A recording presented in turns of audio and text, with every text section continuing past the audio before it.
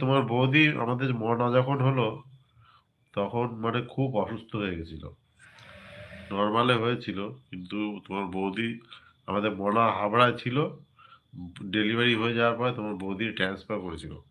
খুব ব্লিডিং হচ্ছিল। ডাক্তার আমাকে 2 ঘন্টা টাইম দিয়েছে, বলে দিয়েছে 2 ঘন্টার মধ্যে আরজিকল নিয়ে গিয়ে ওর শরীরে রক্ত দিতে হবে, তা নাহলে কিন্তু ওকে বাঁচাতে পারবা না।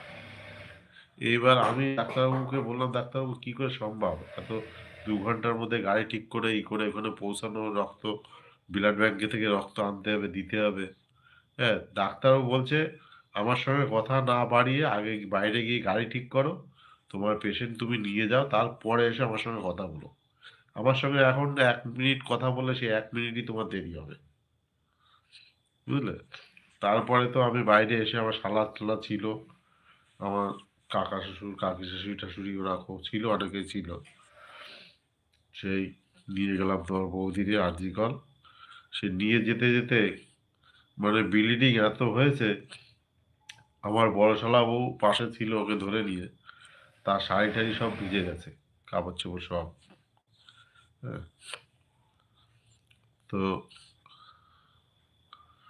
তারপরে তোমার বৌদিকে শর্টে বলে দিই, তোমার বৌদিকে বাড়ি নিয়ে আসলাম ছুটি দিয়ে আরজিকল থেকে।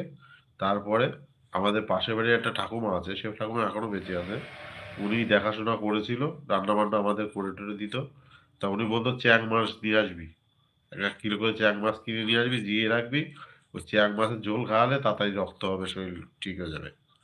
তা সত্যিই তাই, তাড়াতাড়ি করে চ্যাং মাছের বলে তুমি মাছ খেতে হবে না, তুমি ঝোল টুক খাও। ওই আমার ওই ঠাকুমা বকা দিয়ে দিয়ে খাওয়াতো তোমার বৌদিকে। তারপরে মাছ টাছও একটু খেত, মাথা টাথা গুলো একটু চিবিয়ে টিবিয়ে খেত।